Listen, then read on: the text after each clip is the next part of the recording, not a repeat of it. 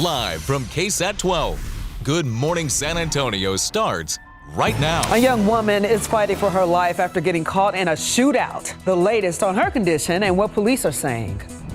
And a Kerrville family fighting to rebuild after deadly floods. But with their second home damaged, federal and aid options are limited this morning. What this means for homeowners and renters in the Hill Country. Took off my shoes and my headphones and I just started swimming. A woman jumping into Woodlawn Lake to rescue a man who was drowning, why she did it, and how the community came together to try to save him. And that's, of course, one of our top stories on this Thursday morning. Yep. Good morning to everyone out there. Good morning. Happy Thursday. Let's get right over to meteorologist Justin Horn. Temperatures are getting a little toasty for us. Well, you know, we said yesterday it was good while it lasted, and it truly was. Yesterday morning was so very nice, where we got down into the 60s. Not the case today, because humidity is back. It is already returning this morning, and it's going to make it feel pretty sticky today. Let's go outside for you, and we've got some high clouds shifting in. It's just a whole lot warmer. 78 degrees at the airport, 71 New Braunfels, 78 Converse, 73 right now in Bernie, and we've got a west-southwesterly wind. It's pretty light. But yes, humidity is back. And yesterday, by the way, after that really cool start, we did get up to 100. So we've had 5 days this year at San Antonio International, at least, where we've hit 100. And I think today could be another one of those days. So we dipped down into the 70s this morning, 80 by 9 o'clock, noontime 92. We're going to call it partly cloudy. We will see some high clouds drifting across the sky today. And then we get up to 100. Where the heat index could be anywhere from 100 to maybe 102. So that's kind of the difference today versus yesterday, where we didn't have any heat index at all. Today we may. Then the next question will be, when do we get rain? There is some in the forecast, as we've been discussing last few days. We'll talk about, we're getting a little better look at these with our computer models. So we'll show that to you coming up in just a couple minutes. RJ, what do you got out on the roads this morning? All right, Justin, we are taking a look at your traffic authority, and we have some construction alerts to let you know about if you're about to step outside 5 o'clock in the morning. Good morning again to everyone. Thank you very much for hanging out with us. And basically this one stretch of 151 over by the SeaWorld area out by 1604. It looks like that camera there, obviously not too much traffic making its way through, but this is going to be our traffic headed west on 151 over by northwest of Vista College and the SeaWorld area. And hopefully that can get cleared out here sometime in the next couple of minutes. Taking to this other incident, this is actually going to be on the north side of town, and that's going to be ongoing construction right here at 281 at 1604 over by Santera. But it looks like at least in that one stretch, they are starting to clear things out. Blanco Road still a bit of a mess for our drivers this morning, especially if you're headed on 1604 west. Northeast side of town, traffic is actually starting to move along here. This is going to be 35 south headed it towards Live Oak and Universal City. That's a little bit further up the road there at Selma and Evans Road. But you know what, we'll monitor what goes on there on the northeast side, and then far east side of town, things are clearing out at 10 and 1604. But there are reports of a crash over by the airport. So I'm going to check on that in just a little bit and try and get us a map going, see if we could get more information on that situation. Jeff, back to you. All right, thank you, RJ. Now, nearly a month after the deadly floods in the Hill Country, there are still so many different questions about what happened, and state lawmakers hope to answer those questions. We've got a joint legislative committee meets in Kerrville later this morning at 9:30 for an all-day hearing. They'll hear from local leaders and community members. KSAT will be there, and we will stream the entire hearing on all of our platforms. Also this morning in Kerrville, a family there fighting to rebuild after obviously those deadly floods. But because their second home was damaged, some federal aid options are actually limited to them. Nearly a month after the deadly flooding in the Hill Country, that right there was all that was left of Diane and Butch McCracken's Kerrville rental property. Now the family staying at that property survived but lost everything. The McCracken said that they asked FEMA for assistance, but were told that second homes are not covered. They say the family renting their home was able to get help through FEMA though, but they, as the owners of that second property, were told to get a loan through the Small Business Administration. I'm still digesting the fact that we got to live.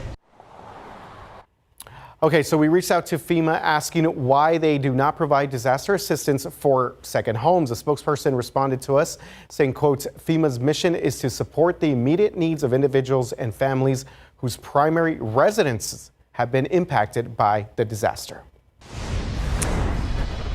Well, new this morning, we got a woman in her 20s still fighting for her life after being caught in the middle of a shootout. Police say that she was driving through a turnaround when shots were fired during a fight under the highway. One of those bullets hit her in the torso. She did manage to drive into a nearby McDonald's parking lot, but crashed into a pole next to the Whataburger drive-thru. She was rushed to University Hospital in critical condition. A woman couldn't just stand and watch as cameras were rolling. Katrina Mijares jumped into action to save a man drowning in Woodlawn Lake. She was walking when she noticed a crowd of people watching the man flailing in the water. She tried to pull him back to the shore, but Mijares says that the man started to get heavy, so she yelled for help. That's when another man helped her pull the man out of the water. We're trying. Yeah. Is there somebody strong who can help me? They're coming. I don't know who helped me, but I think this gentleman that they said runs here every day, he jumped in and towards the end, and we started pulling him up to shore. So thankful for him. Other bystanders started CPR and got a pulse, but sadly, that man later died at the hospital. We're still working to learn his name, age, and why he was in the water. Okay, so a 40-year-old man also lost his life trying to help his neighbor out. Alex Quintanilla is his name. He was cutting tree branches yesterday morning. This happened on South San Dario Avenue, not far from South General McMullen Drive. Now, firefighters found him still hanging from the tree there and hanging from his harness, in fact. He was pronounced dead at the scene. They think that Quintanilla hit a power line with his pole saw. It took the crews some time to make that area safe once again. It was very difficult, and to be on the safe side, you know, we took our time because once we determined that it was going to be a recovery and not a rescue, we definitely took our time. Now, CPS Energy says that only professionals are allowed to trim near high voltage lines. So if you want to work on something that's near a service line and CPS is your energy provider, CPS wants you to call them 5 business days in advance. That way they can temporarily remove that line.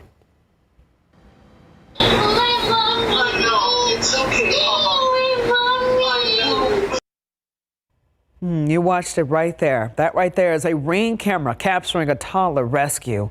A neighbor says that she's glad that she was there to help when a toddler made his way out of his West Bexar County home on his own. In video from a doorbell camera showing the moment that the neighbor took the 2-year-old boy into her home. She says that she found him all alone Tuesday morning, walking down Hollow Trail not far from Petranco Road, dressed in only a soiled diaper. The mother of 5, known only as Gabriella at this time, says that she immediately stopped the car to get the child to safety. It was almost 80 degrees, so I picked him up. I put him in my son's car seat that happened to already be in my car. The Bexar County Sheriff's Office took to social media to get information about the toddler. About 3 hours later, he was found. They say that his mother, 24-year-old Destiny Salaya, called to report him missing. She was arrested after police found marijuana in her home. Child Protective Services has placed the toddler on Salaya's other children with relatives. A man whose father's decomposed body was discovered in a chained freezer nearly a year ago has been sentenced to 10 years in prison. In court yesterday, David Gibson was charged with tampering with fabricating evidence with intent to impair a human corpse after they found Daniel Gibson's corpse badly decomposed inside a chained freezer in the garage of a home. His cause of death undetermined per the medical examiner's office, which is why Gibson only faced 1 charge for this case. But now sentenced, there are still no answers as to why he did what he did, but is left behind a lifetime of hurt for his family. Disrespect him by placing him in a freezer and not telling anybody. You have no family anymore. You are on your own. You decided to do what you wanted to do. Take his money, take his life, and hide him away. And for that, I can never forgive you. Yeah, half of Gibson's sentence must be served before he's eligible for parole.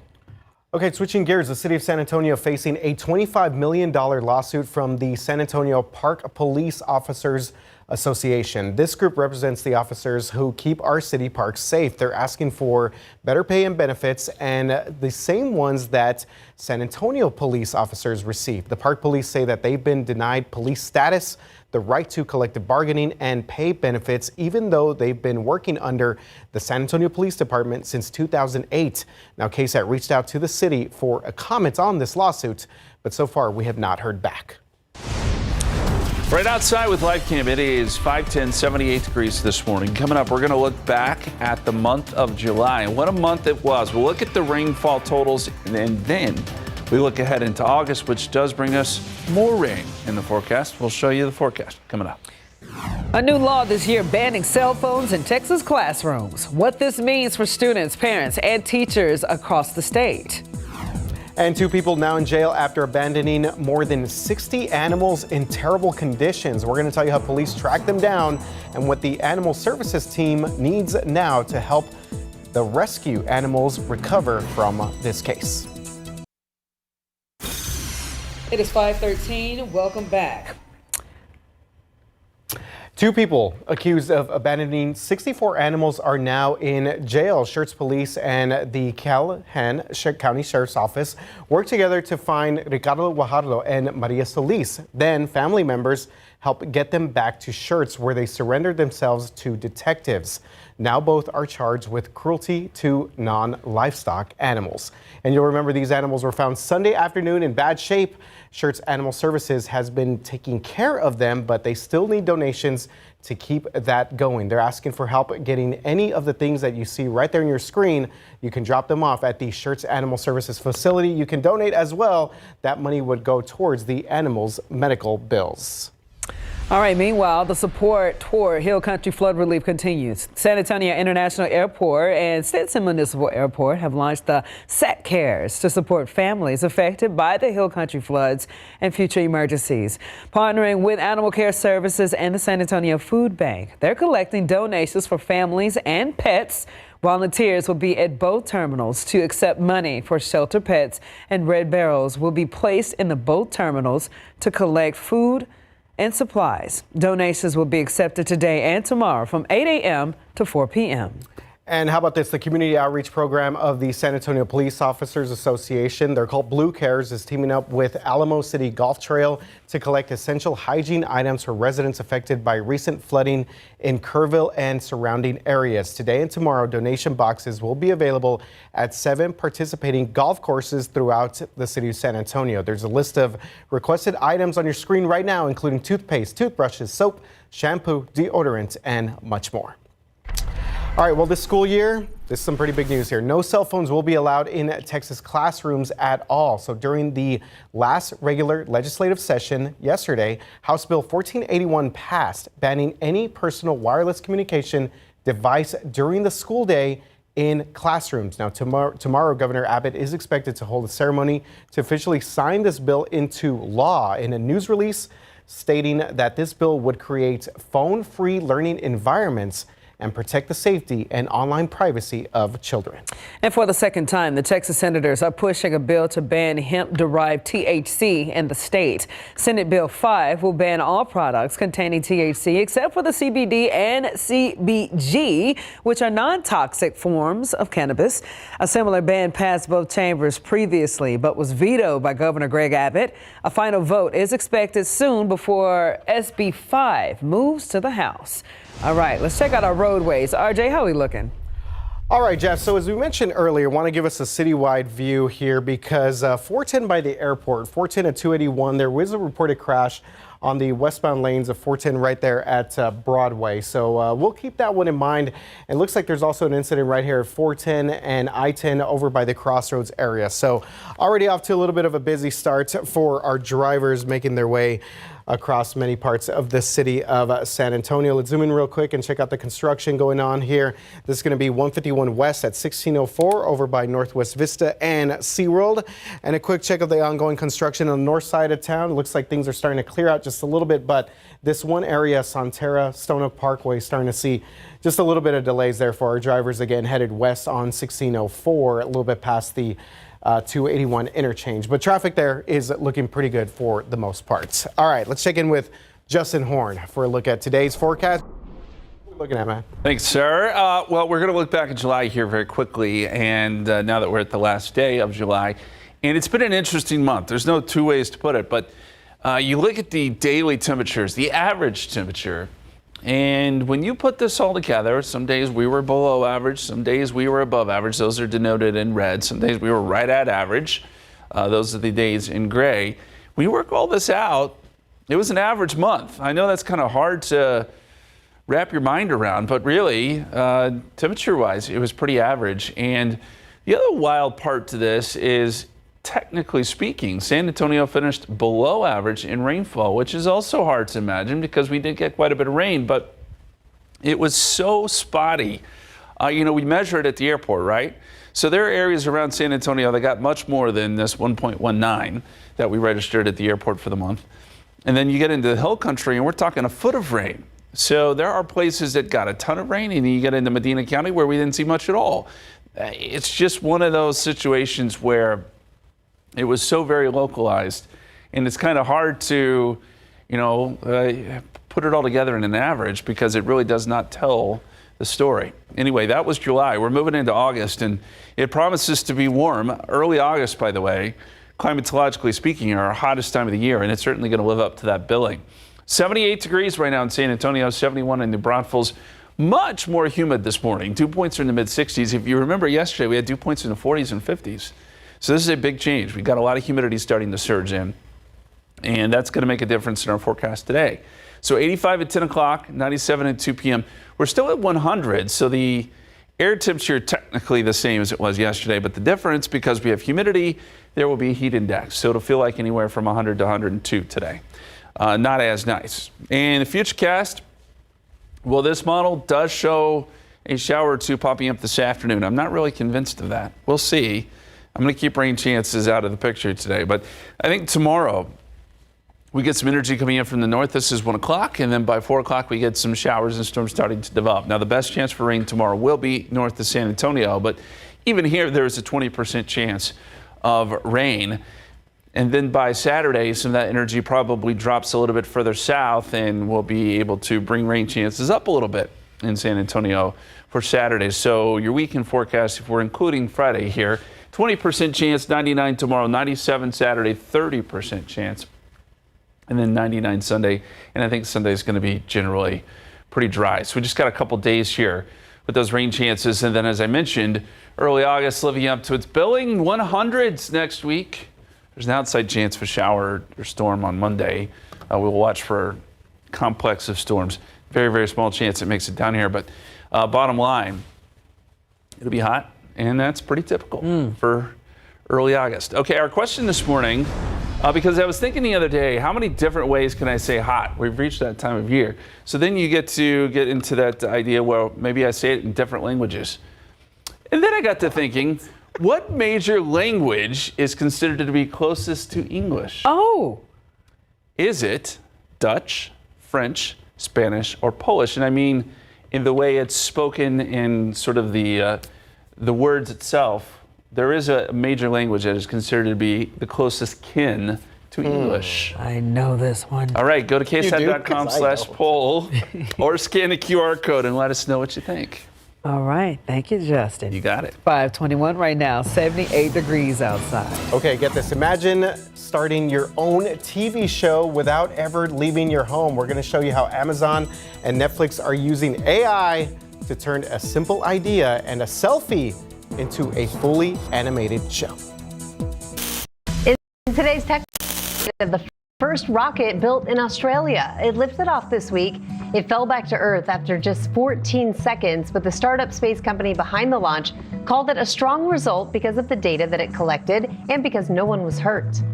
Amazon says it's investing in a new AI-generated TV show service called Fable. That money is going toward building a feature allowing users to type in a few words to generate scenes or full episodes of a TV show from scratch or from an existing story. And Skechers is out with a new line of sneakers for kids featuring a hidden compartment in the sole. It is designed to hold an Apple AirTag so parents can track their kids without worrying about the tracker disappearing. Those are your Tech Bites. I'm Rhiannon Alley. Have a great day. All right, let's get to the Housing Authority of Bexar County celebrating 50 years of serving the community by launching a school supply drive. Help those students in need. And today is the last day to donate. You could drop off school supplies at their main office. That's at 1954 Houston Street, or you can buy items from their Amazon wish list as well. You could also just make a cash donation using the QR code that you see on your screen right now. Yeah, go ahead and scan it because we got all the details right there. And also, you can visit our website at ksatcommunity.com. 526 right now, 78 degrees outside. Okay, lawmakers investigating if radio issues hurt first responders' communications during the Hill Country floods. But we're going to tell you why some of these fixes may actually be pretty expensive. And Kendall County property owners pushing back against a plan to build over 1,000 homes along Highway 87. What experts say about the future development in the area. And welcome back. Coming up on 5:30 right now on this Thursday, we're making it through. We are making it through, and it was hot. So hot yesterday. I got in the car and I was like not even trying to touch anything. Yeah, it's that hot. But it Got started the off. oven mitts on. Yeah. It started off beautiful though. It really And did. then it just went uphill from there. Well, yeah, it was a trade-off because we had that kind of dry, deserty kind of situation. It was like El Paso. It's like you're living your old life there, RJ. 915. Hey. Today's a little different because we have humidity coming back into play. And so it feels warmer this morning, quite a bit warmer. In fact, 78 degrees here in San Antonio. Here's the setup. We still have that heat high, but speaking of El Paso, it's shifting in that direction. So it's shifting away from us. And you see all this cloud cover here around Beaumont, Port Arthur. They're getting some rain there. Some energy that'll be shifting in from the east today. Now, I don't think we get any rain today, but we will get some clouds thrown in our direction.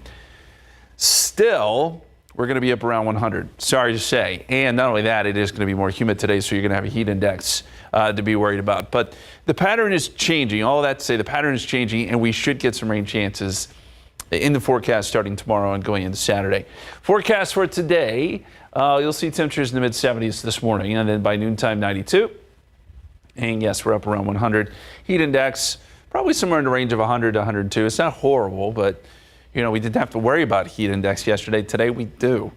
And you look at rain chances, I really don't think we see much today, but 20% chance tomorrow, 30% chance on Saturday. I know those aren't great numbers, but I do think we're going to see some spotty downpours, especially in the Hill Country, Friday and Saturday.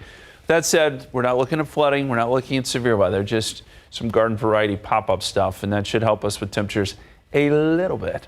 Coming up, we'll talk about the tropics and see what's going on there. See, as we get into August, we are expecting more development. Is there anything out there? We'll let you know. But for now, let's get over to RJ and see if there's anything out there on our roads. All right, Justin. So, yeah, we got a developing situation over by the airport. We mentioned earlier that had a crash there over by Broadway at 281 and 410. And right now, KSAT is reporting that all the westbound main lanes of 410 right here at McAllister Freeway, right before you get to parts of Broadway streets, have been shut down at the moment. So here's a couple of our cameras. This is a little bit more of a bird's eye view looking over 281 and 410. That's a little bit more on the ground right there at 410 at Broadway Street. So I'm trying to, again, figure out exactly where this closure is taking place. Again, KSAT reporting that all main lanes, westbound main lanes, are closed at the moment. That looks to be our eastbound traffic making its way through there. But again, this may actually not be on the main part of the highway. I'll check in with KSAT here in just a little bit. But either way, ton of flashing lights in that one particular spot. So be careful if you're headed out to the San Antonio International Airport. Let's go to our citywide map here real quick because I do want to mention, obviously, ongoing construction issues right here, northeast side. No sort of major delays at this point yet, but traffic is building out there. And then a stalled vehicle being reported at 410 and I-10. That's going to be a little bit west of what we're seeing along 410 and Broadway. But again, that's going to be our biggest problem if you are making your way across the city at this moment. All right, let's move on to one of our top stories this half hour. New this morning, a man taken into custody after a late night crash, or late night chase actually, that ended in a car crash. So this happened around 10 o'clock last night and ended with the driver who crashed on the access road of 35 at Binns Engelman. Now, police tell us that the driver actually took off and ended up at the hospital where he was arrested. We're told the car that he was in was stolen.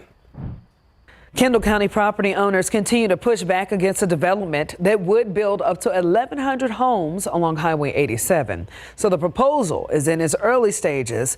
Before any more progress is made, though, there are concerns about how much water it will take from the Trinity Aquifer, which already has a limited supply. It's currently at a stage 3 drought restriction. The Trinity Aquifer supplies water to 61 counties across Texas. Micah Vulgares is the general manager of the Cow Creek Groundwater Conservation District in Kendall County, and he says the future development in the county has to be well planned out. The examples of responsible growth. I would say, not high density growth on groundwater.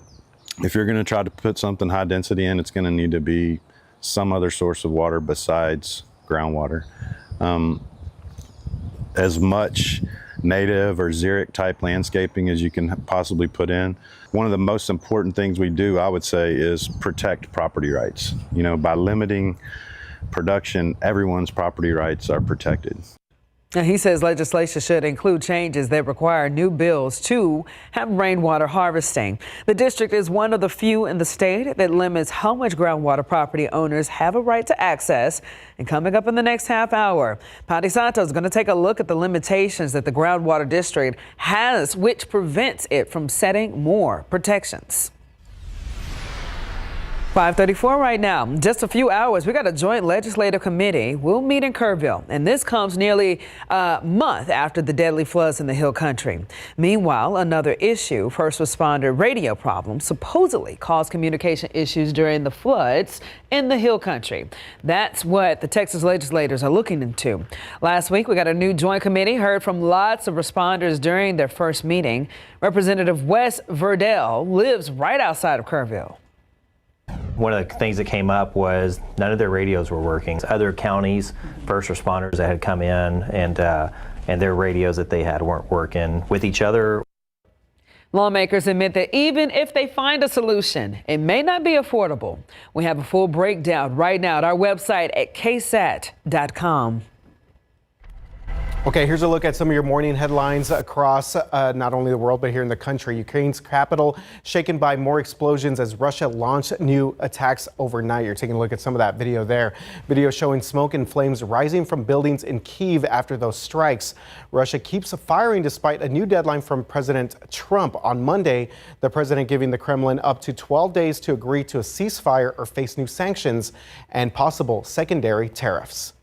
Meanwhile, President Trump says the U.S. has reached a trade deal with South Korea. He announced that on social media on Wednesday. The president said there will be a 15% tariff on all imports from South Korea. He also said that that country will buy $100 billion in energy products from the U.S. and invest $350 billion in U.S.-owned assets.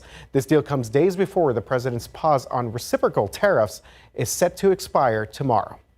And a dozen Democratic lawmakers are suing the Trump administration for blocking their access to federal immigration detention centers. The lawsuit challenges a Department of Homeland Security policy that requires a week's notice and limits access to some field offices.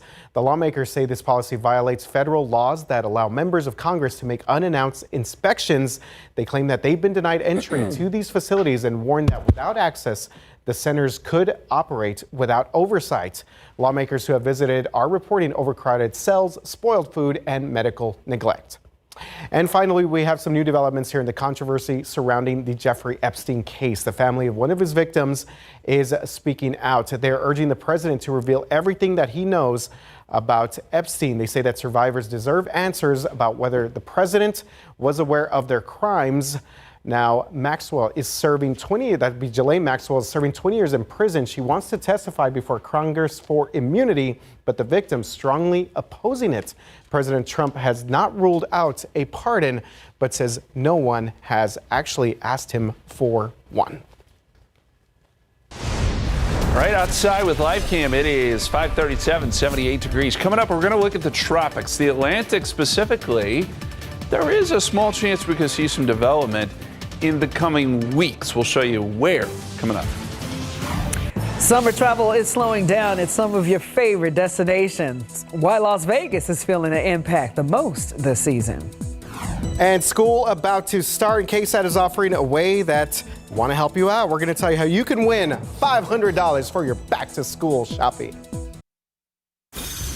It is 5:40. KSAT wants to help you get ready to go back to school. We're offering one lucky winner a chance to win a $500 gift card through that special back-to-school sweepstakes only right here on GMSA. Of course, you can enter until noon tomorrow. If you go to KSAT.com, search for this giveaway and fill out that entry form. Good luck. Coming up on 5:44 on your Thursday morning, San Antonio service provider Champion Cooling, Heating, Plumbing, and Electrical is giving away a brand new HVAC unit worth up to $30,000 to a local veteran in need through their summer veteran HVAC giveaway. I don't know if you've seen these trucks, Jeff. Like their trucks, they got that like nice wrap over it, which is exactly these colors right here. So today is the last day that community members can nominate deserving veterans by visiting offers.championac.com/summer giveaway. All right, so speaking of summer, there has been a drop in that summer tourism at some popular hotspots, including Las Vegas. ABC's Rhiannon Alley has the details.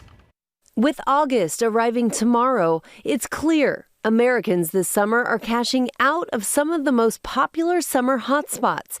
Las Vegas especially hit hard, with visitors down 11% from last year. One factor?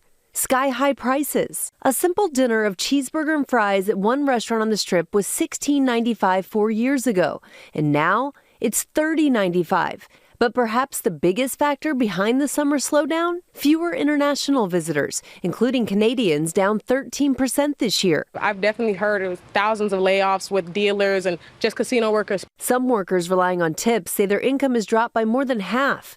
Ted Papa George leads the local Culinary Workers Union. Well, our members are quite concerned right now. The companies are holding off on hiring. Across the country, Cape Cod and other parts of New England also seeing a drop in crowds. Cape Cod vacation rentals are down 20% this season. Many Canadians say they canceled their trips after President Trump's tariffs and rhetoric this year when he referred to Canada as the 51st state. We took it very, very seriously. This Canadian tourist not traveling to the U.S. this summer explained her mindset to PBS, saying Canadians want to be heard. We don't have a lot of tools. And, well, tourism is one of the tools that we have.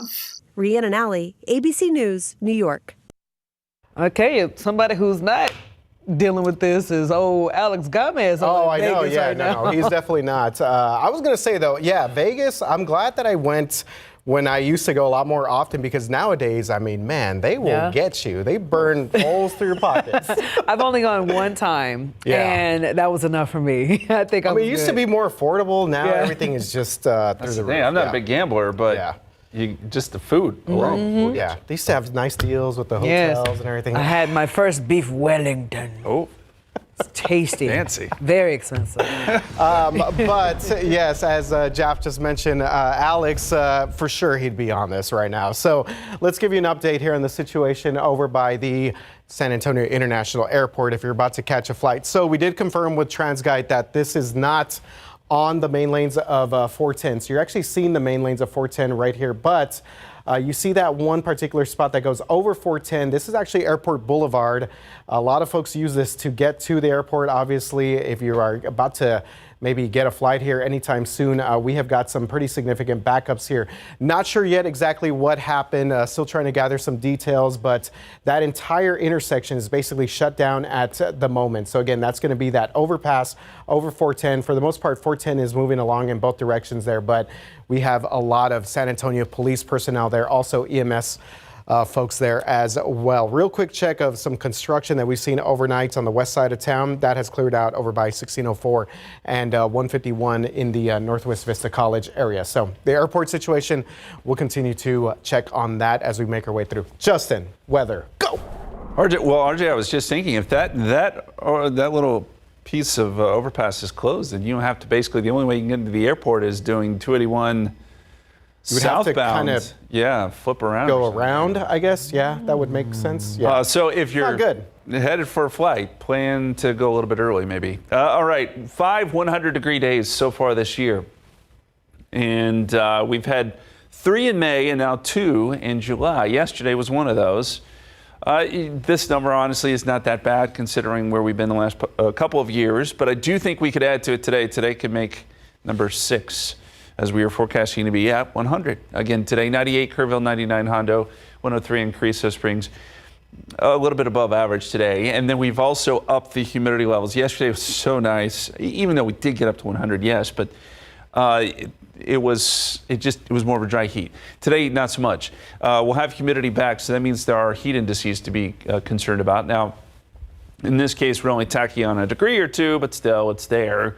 And heat indices could go as high as 105 down there in Carrizo Springs. All right, let's look at the futurecast now. This model, and this is just one model, does show a shower or two popping up this afternoon. I'm really not convinced of that. I don't know that there's just much there, but as we get into tomorrow, this is 1 o'clock tomorrow, we'll start to see some pop-ups, I think, in the hill country, and those will sink a little bit further south, depending on if we can get some outflow batteries going. And so by 4 o'clock tomorrow, we should see some isolated showers and storms, generally north of San Antonio, but I think they could make it down here. And then by the time we get into Saturday, those storms will have put out outflow boundaries, and I think we'll have a little better shot at getting some downpours Saturday afternoon. This is 1 o'clock, shows that we would start to see some development at that point, and then probably more happening across the area. Hey, I want to show you this long-term tropical outlook. Now, look, this is looking way into the future, August 6th through 12th. The Climate Prediction Center does this, and the reason I'm showing it is that we're headed into August, and August is a month where you would typically see some development out in the Atlantic. So with that in mind, they have a small chance of some development, maybe around the Bahamas, East Coast, maybe into the Gulf. We shall see. But we do know that August, yes, is a month in which we really ramp up tropical activity. September 10th being the peak, of course. This yellow line represents tropical or named storms, and that orange line is where we would see hurricanes. But we just know that the activity in general really does start to pick up. We will keep you posted. Nothing out there right now. I should point that out. 99 tomorrow, 97 Saturday, 30% chance of rain there.